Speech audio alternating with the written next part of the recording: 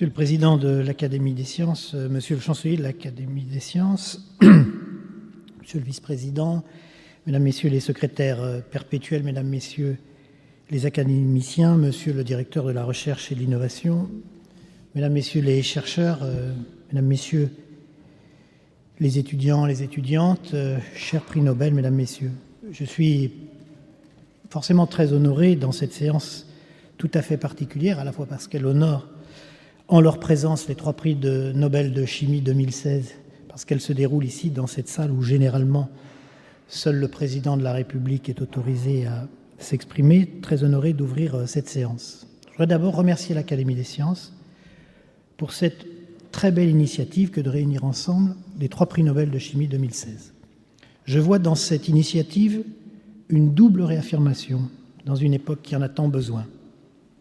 Celle d'abord du caractère fondamentalement transnational du progrès scientifique, qui résulte de la coopération de chercheurs de pays différents et implique donc l'ouverture, la libre circulation des idées et des hommes, la symphonie des talents dans l'espace et parfois dans le temps.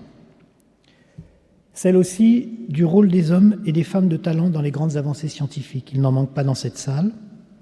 Au moment où, dans de trop nombreuses sociétés, la tentation du déboulonnage des statuts gagne et où, plus généralement, se développe un discours de contestation de la science, contestation des experts, comme s'il pouvait durablement subsister une démocratie décrochée des savoirs, votre initiative fait du bien.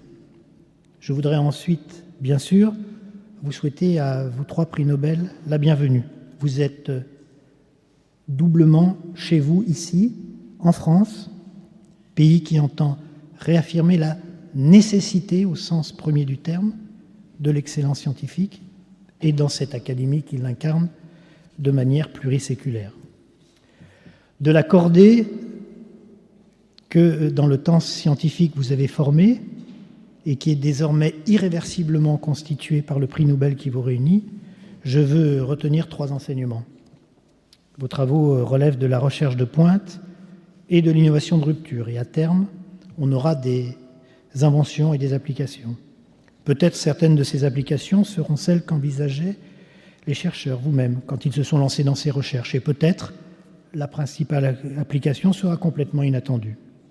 Il y a quelques jours, dans sa leçon inaugurale, au Collège de France, Didier Roux montrait précisément les liens complexes et multidirectionnels entre recherche fondamentale, innovation et invention. Et il faut parfois y ajouter la chance, le hasard favorable. Deuxième enseignement, cette recherche, ces innovations, ces inventions se construisent sur un terreau favorable. Une formation dans une école de pensée de haut niveau, et quel que soit le pays, on voit souvent très nettement les filiations intellectuelles qui ont conduit à ces ruptures. En France, dans l'histoire récente, on a des exemples frappants, comme Kastler, Nobel 1966, Claude Cohen-Tanouji, Nobel 1997, dont on va fêter les 30 ans, et Serge Haroche, Nobel 2012. Le second ayant fait sa thèse avec le premier et le troisième avec le second.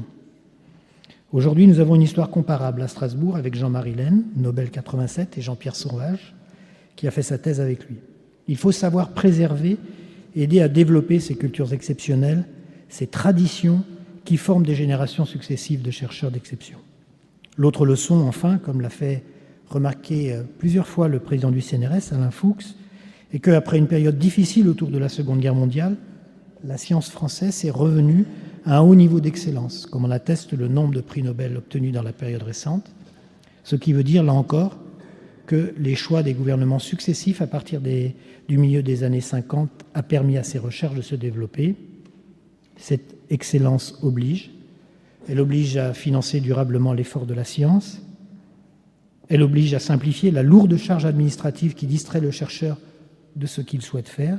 Elle oblige aussi les chercheurs à expliquer leurs travaux, à les faire partager par le plus grand nombre pour que soit noué de manière indéfectible le contrat avec la nation qui doit assurer à la recherche les moyens de son expansion et de sa liberté durable. Liberté.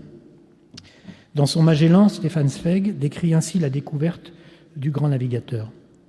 En mer depuis trop longtemps, avec un équipage décimé par la faim et la maladie, alors que la tentation de l'abandon, c'est-à-dire la mort, gagne, le bateau se retrouve soudainement enfermé dans une forêt de nuages et de brouillard, qui interdisent toute vision.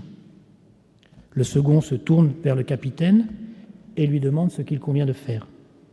Magellan lui répond « Continue, c'est par là. » Et ce sera en effet là.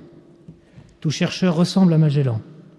C'est parce qu'il est pleinement libre, prisonnier de sa seule volonté, éclairé par son génie, qu'il réussit. Hasard, coïncidence, chance, évidence que lui seul pressentait, qu'importe. Il a touché terre, il a découvert, il est libre à jamais. Bienvenue parmi nous, messieurs, vous qui êtes libres à jamais.